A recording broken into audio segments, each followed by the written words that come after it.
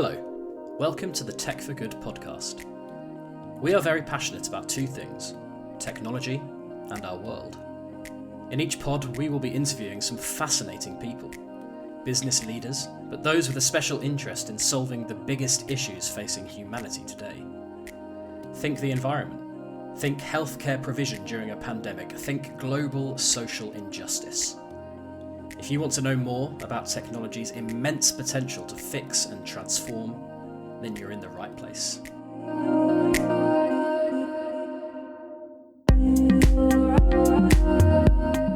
In this episode, I speak to Poppy Szkiler, the co-founder of QuietMark. Poppy's grandfather was John Connell OBE, the man who created the Noise Abatement Society and described noise as the forgotten pollutant. QuietMark's mission is to encourage manufacturers to prioritise noise reduction within product design. In the interview, Poppy outlines the effects of noise on our health and reveals how an epiphany at the age of 30 led to her following in her family's footsteps.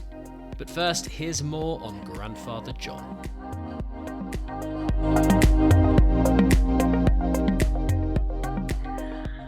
Grandfather John.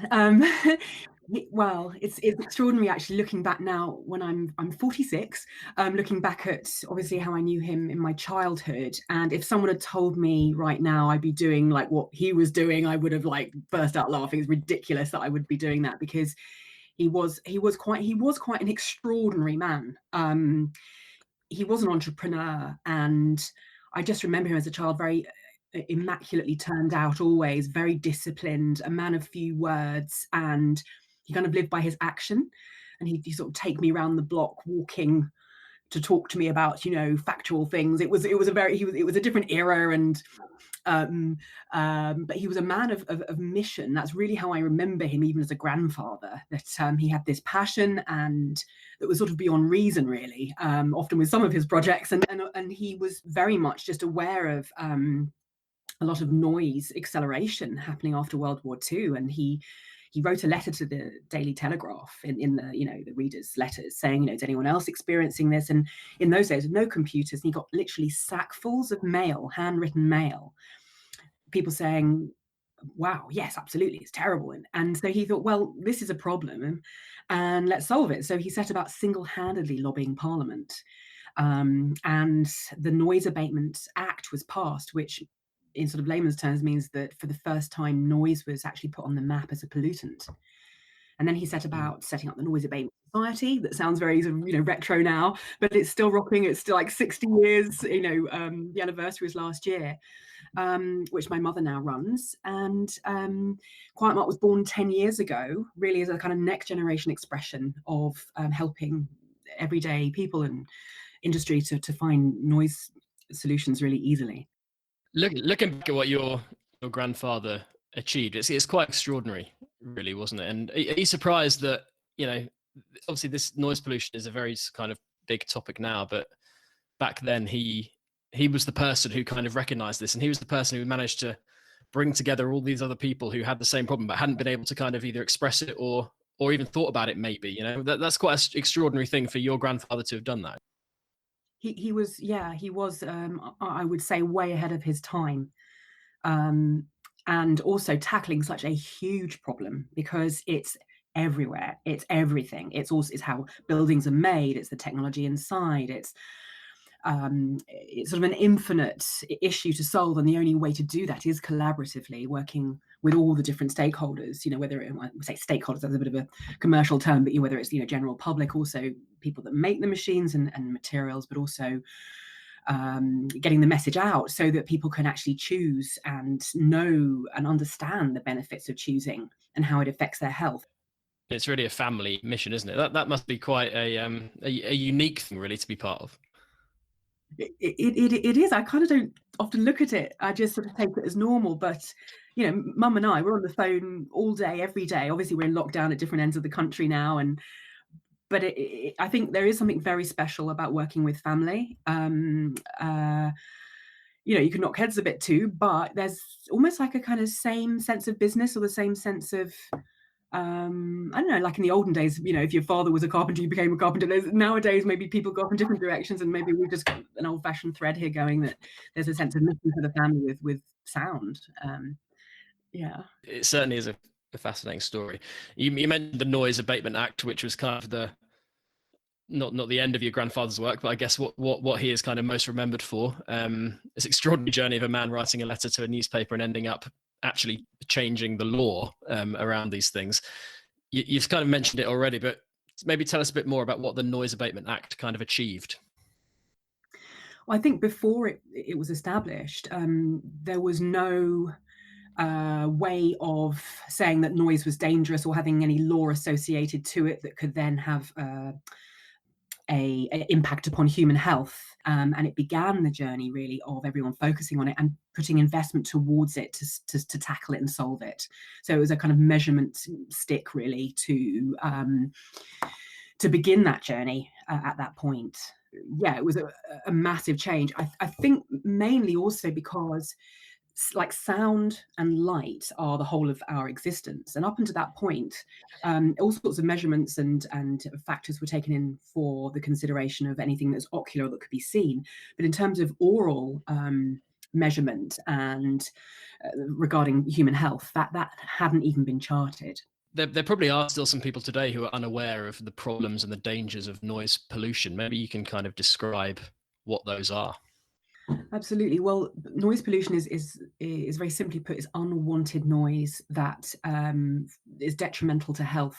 So if it affects from something quite seems minor, like an annoyance, right through to levels of noise which cause cardiovascular disease. So essentially, in very simple layman's terms, sound directly affects your hearts and your emotions and all of your physical rhythms.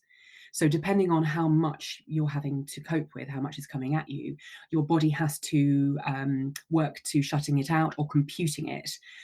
And the human body and the human brain and human system was only meant to cope with so much. And what we're experiencing sort of now, maybe a little less so in lockdown or in different ways at this current moment, is that there is too much noise that's been designed in our lives that our human bodies were never designed to be compatible with. So it's almost, I see what's happening now as almost like a new era where we're looking at working to change noise levels and understand it. And once that knowledge is established, then the pollutant should hopefully change and be dissolved more and more. So yes, it is directly affects our hearts, our emotions, the whole of our physical DNA, and then all sorts of specifics like learning, concentration, sleep. It really is quite an infinite problem, but because it's invisible, often we think, oh, I've got the problem, I'm just maybe getting old, I'm irritated, but actually that is very much something that we're all suffering with, and the more it's talked about and the more it's shared, the more we can all solve it together. Is it fair to say that the impacts of noise maybe we're not completely aware of as we go through our day-to-day lives? It's only when you kind of experience quiet. You often hear it only when someone goes away to a retreat and they're in a silent environment and they say, oh, it's really nice for it to be quiet. But actually, when you're in your everyday life, you're not necessarily feeling the effects of the noise, as it were, when it's just kind of a background noise. Is that a kind of a fair comment? This is not something that people are necessarily always kind of aware of, and aware of the impact that it might be having on them, both physically, from a physical health point of view, and from a mental health point of view. Absolutely right. So it's I'm very much focused, a bit like my grandfather, of solving the problem. It's just we have a sort of practical mentality, and so the way to bring the spa experience weekend into your everyday is something that we kind of need to do as society, and even more so in these lockdown days where the whole of life is happening under one roof. Children, schooling, animals, and there's no boundaries, all these things. The noise actually inside, you start to pick up all these different things that you would never maybe normally notice because you're out in the building more.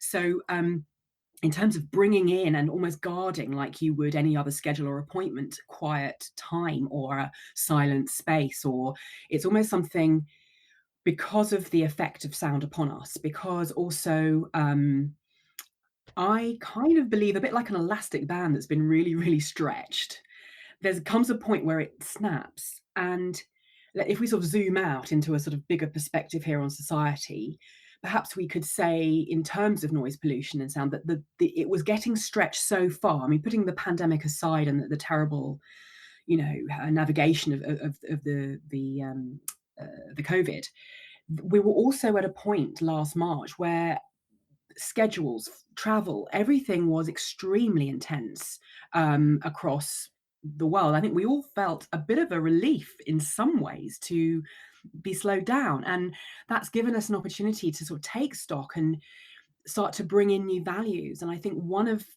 the missions of Quiet Monk, the Noise Abatement Society, is to re-establish and restore the value of quietness and the balance of sound in our lives, which we've almost got an opportunity to do now. So part of what we're doing is to educate. We have a charitable remit, so we don't sell products. It's purely an effort to get this knowledge out so that every individual, wherever their life is taking them, they can start making choices that are going to support their health and well-being, whatever that scenario is.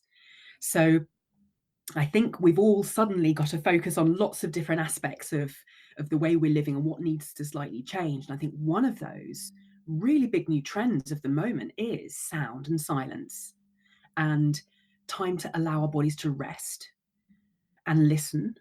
And I think that is almost like an era shift going on at the same time as everything else right now, to help us cope and to comfort us as well. Poppy, I mean, when it comes to yourself, are your senses perked with noise everywhere you go? You're always thinking, oh, this is really noisy, this is really quiet. Have you got particular senses for this kind of thing? I'm afraid so. Yeah, it's all part of the territory. Although I'm not a particularly quiet character, but but Quiet Mark itself, though, was born of my quiet times. I had a massive epiphany at the age of 30, where part of that reevaluating of my life journey and where I was at and where I was going was to just sit quietly. And it was actually in that sort of, it was like a season of life, really, about a year or two, where I was like, what have I done so far? Where am I going? And it was in the quiet times that I carved out, and I kind of needed to find answers. The only place I could find it on a very personal level was in quiet times in the morning, and I'd sit with my notebook and I'd race down ideas or just splurge what I was feeling. But part of that kind of repivoting was where Quiet Mark was born, bizarrely enough. So it actually came from a very personal experience of needing to go to that place to find, whether you want to call it healing or redirection, or and I just found the treasure therein. I heard genius things that I would never have heard if I was just still rushing around. So that's become almost like a life practice without sounding too square. It's really, I just don't think about it anymore. I go straight to my chair in the morning, and even if it's 5 minutes or 10 minutes, I kind of can't live without it. It's like an anchor. Hello, I'm Daniel Brigham, editor of the Tech for Good magazine. I hope you're enjoying this podcast, and if you want more, why not head over to techforgood.digitalbulletin.com for some amazing and thought-provoking stories. How about AI's role in fighting the Californian wildfires? Or maybe one startup's mission to end illegal fisheries using satellites and machine learning. Read and subscribe at techforgood.digitalbulletin.com.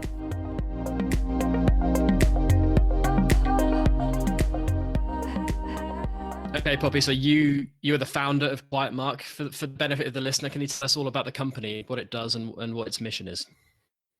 Absolutely. Well, I'm actually co-founder with my mother, who's the CEO of Noise Abatement Society. I can't take all the glory because it's been very much a two-woman effort. My mum is quietly amazing, sharing the birthing of the award program, which is essentially a certification mark that technically measures and verifies the performance of products like for like. So we've now testing and verifying 80 product categories, and that's increasing kind of monthly.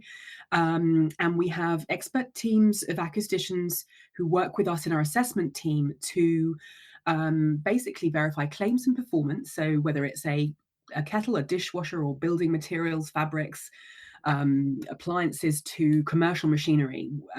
We look at each category and we act as a consumer or a trade champion to how that product would be experienced in a real life, either working or living environment. So much so that we created a real life laboratory that, for example, for washroom testing or kitchen appliance testing, it reflects a real life environment with hard surfaces. So it's not an anechoic chamber. So we've set about to independently, supported by fantastic experts, measure the sound and to verify sound levels that are claimed. And in doing so, we then report and certify those that are best in class, quietest in category, to help ultimately everyday people in homes and houses, or trade buyers, specifiers, to make sure that they have got a technical third party kind of rubber stamp on any purchase or purchase decision moment, because it's really difficult to know the sound of something until you plugged it in or you bought it or you got it home, and that was essentially what we were trying to solve, and also to put pressure on manufacturers and retailers initially, to say when a product is quiet that it should hopefully sell better, and that there should increase the others in that particular category to maybe invest more in making machines and products that can solve the problem too. So, and you're talking about some of the biggest and most recognizable brands when it comes to kind of household appliances, that kind of thing here, aren't you? Yes, we've fortunately built great relationships with very many household brands over the years, and also created a journey with them, which is most important, sort of collaborative in terms of looking at prototypes even, and ways to measure things which are difficult to measure. It is a very pioneering move. The whole of QuietMark is almost trying to do the impossible, to measure the sound of everything on planet Earth. But breaking it down step by step, we have to do it together with some of the most thought-leading, brilliant R&D departments in the world, to work with engineers also who are just as passionate as us to find solutions and cross-pollinate. And it's a very exciting technical journey. I find it exciting. It gets me to my desk every morning. Anyway. How does it work? How does the relationship work, Poppy? Do these companies, do they have a lot of knowledge and kind of, is it their own mission as well to make these products as quiet as possible, or do you guys kind of come in and guide them in that regard, or is it very much kind of co-driven kind of mission? Yeah, it's a bit of both. There are some which just have the shared passion right from the start. There are some brands that have just had brilliant engineers that have made acoustics a priority in their design process.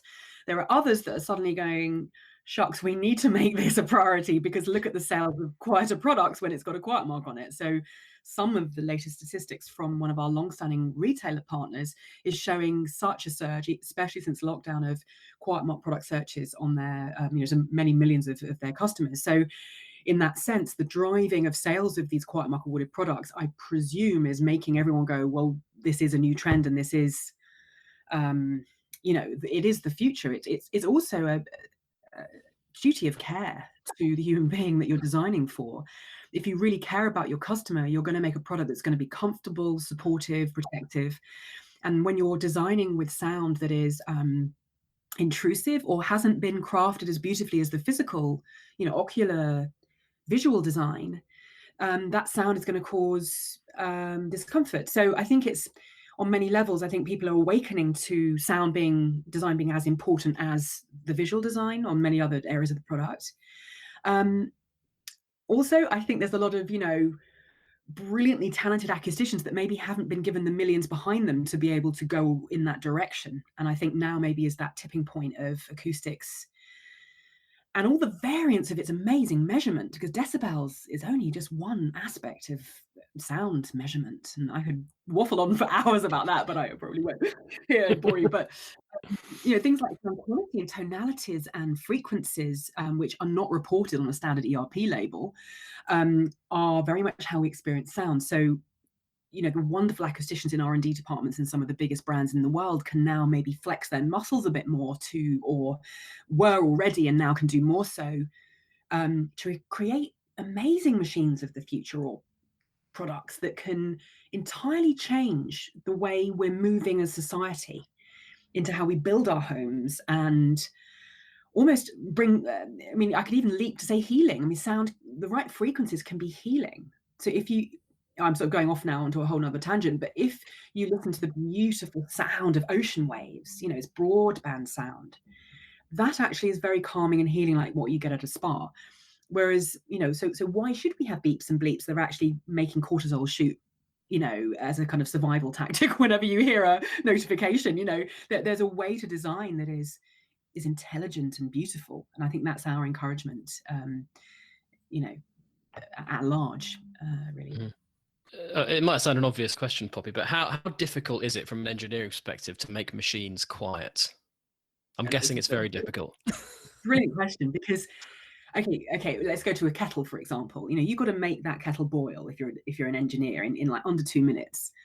Or take a vacuum cleaner. You know, it's not only got to suck a lot of dirt out of the carpet and, you know, without, you know, making someone's arm fall off pushing the pressure, but also to make that quiet. It's I'm not an engineer, but I do know that the triangulation of making the noise quiet is a big head scratcher. You know, there's a huge amount of, however, if you look at something like the engines of a Dreamliner aeroplane, where they've managed through mainly sometimes observing nature. I was privileged enough to see the engine of one of these airplanes where they had come up with a brilliant idea just to change how the air hit the metal as it flies through 500 miles an hour. And just by making holes or grooves, it reduced the noise by, you know, X% just through little design tweaks. So I think it's a kind of a moment where we need some revelations about how other massive machinery, you know, has been made quiet and then maybe cross-pollinate into other areas. It's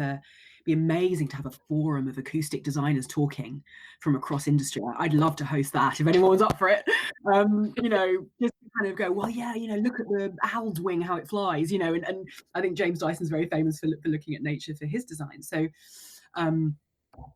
yes, I think there's a passion for solving a massive problem which is causing a pollutant that hurts human beings, and we need to do it together. Do you want to keep up to date with the latest in enterprise, technology, and digital transformation?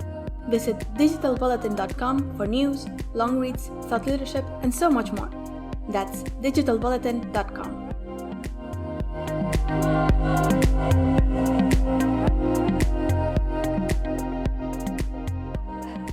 Let's talk about the future, and what in your view, what does the future look like from or sound like from a noise perspective? Because obviously we're not going to live in a silent world. That's never going to happen. But what do we need to get to? What do we need to improve? What changes do we need to make when we're thinking about this problem on a much larger scale than a washing machine in a kitchen, for example? Yeah, I think. Well, first of all, I think there's just a knowledge gap about sound and how it affects our body. So our focus at QuietMark over the next year is actually an educational one in a really, you know, simple and easy way to understand, to share with whether it's mass market consumers or trade buyers, you know, coming alongside to explain why it's important and what it does to the human brain or heart, or, you know, when sound. So once you get that revelation, a bit like when we know that, you know, plastics are choking birds in, you know, on the seashores, you know, you're like, right, I cannot buy any more plastic. You know, I think it's the same thing with sound. When you understand what it's doing and how deeply it affects, that then brings the change and the outworking of that. So it's a funny thing to say, looking at the future, where we're also focusing is almost to go back to the original design, like the original intent of how our planet was designed and how we were designed to solve it. So, for example, many people are getting through the lockdowns at the moment through going, you know, for nature walks or listening to more well-being apps that give natural noises and sounds. And there's a sense of healing or rebalancing when you do connect with those more harmonic sounds. And I think that's the starting point for how we evolve sound design for technologies and products generally in our home and living and office environments going forward, is to go, well, how come those harmonies and frequencies, which are a technical pattern, how can we mimic that So technology being in harmony with nature. So it's not about tiptoeing around in silence, because sound is amazing. It's a whole like universe that maybe we haven't really understood or explored yet, but it's kind of fusing that beautiful design that we can recharge on with the amazing leaps of technology innovating before us. So it's kind of a blend of the two to be able to be sustained and continue at this pace of growth that we've charted. So it's exciting, but it's a big challenge, and it's going to require some really brainy people or who are already on it, or for them to be given more of a spotlight or a chance to evolve it. I'm guessing you're watching the sort of changes in the automotive market with a lot of interest at the moment, because obviously as we shift to electric vehicles, cars, I imagine, generate a huge amount of the general kind of noise of outside. That is something which is going to make a significant difference, isn't it, when we talk about electric vehicles and the electrification of transport?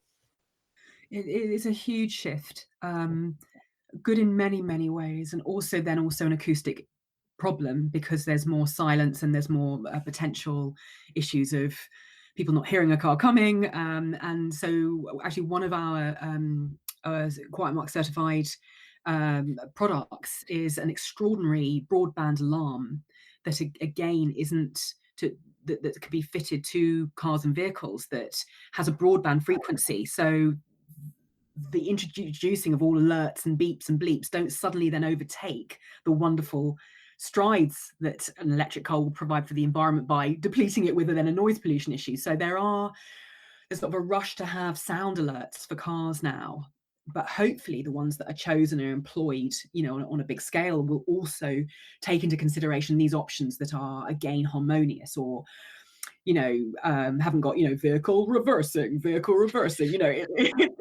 something that's sort of I can cope with that. That's enough to alert me, but not to startle and cause another layer of pollution. So one thing solved, another one hopefully it doesn't become a problem. But there's some fantastic solutions out there which are being innovated to solve that. May I say, Poppy, that your personal kind of passion for this, and obviously you've spoken about your family, it really does kind of shine through. But as you said, you had this kind of moment in your life when you were 30 and you decided to take this course. Why don't you tell the listeners what you were doing before you did this? Because it's an interesting story, isn't it? Yes, I mean it was a huge U-turn. I mean, I was a film and television actor, and I'd been classically trained. I was going up for, had scripts that I was reading every day, going up for auditions, and it was a proper pause moment. I suddenly had a proper epiphany where I was like, what am I had almost like a sort of zoom out moment of, okay, I'm 30 now. Where am I going to be in X amount of years' time? And what actually it was a real sense of, what good am I doing here? And it was coincidental that the family charity, the Noise Abatement Society, was really needing some inspiration. And the idea of Quiet Mark was on the table. And I thought, what, I don't want to play action heroes anymore. That, it wasn't about I want to be an action hero. It was more about I want to do something that actually makes a difference. I feel tangibly. So I quite literally sat down and started helping mum at the kitchen table. And if you'd have told me 10 years later I'd be doing this, I would have burst out laughing. But maybe the public speaking, or the sort of confidence you get in front of a camera on a stage, or maybe that was who knows, equipping me for being able to talk with confidence about this to a global audience regularly. I don't know, but I feel very fulfilled, and I don't ever regret the change. Enough respect to actors. They we need to be entertained, but I think something like Grandpa was calling, something was calling me out to beat this path, I think. How proud are you that you're continuing your kind of grandfather's legacy that he kind of started out, and the work of your mother as well, and that you are having a genuine impact in an area that is having a good kind of impact and good influence on society? How much pride does that fill you with? And do you think your 30-year-old self would have been satisfied with what you're doing now? Oh my goodness, what a brilliant question. Well, I don't relate to all humility. I don't relate to the word being proud, although that can be used in different ways. It's more, I'm very practical, and I just have a sense of I've got to complete this. It's more about we've got so far now, and it literally every day it almost feels like a mountain that I never get to the top of because it's so huge. But somehow there's a do you feel deep like passion. do you feel a sense of responsibility? Is that kind of what you're saying? Like a responsibility to drive this forward? Maybe, I don't know, maybe it's a mother heart. I don't know. It's, it's a sort of, I see a mess in front of us. Maybe I'm heightened to it. I'm quickened to it. I see it almost like it's something we need to clean up. It's something we need to put straight. That was the Tech for Good podcast. Listen, subscribe, and rate us on Spotify, Apple Podcasts, and Stitcher.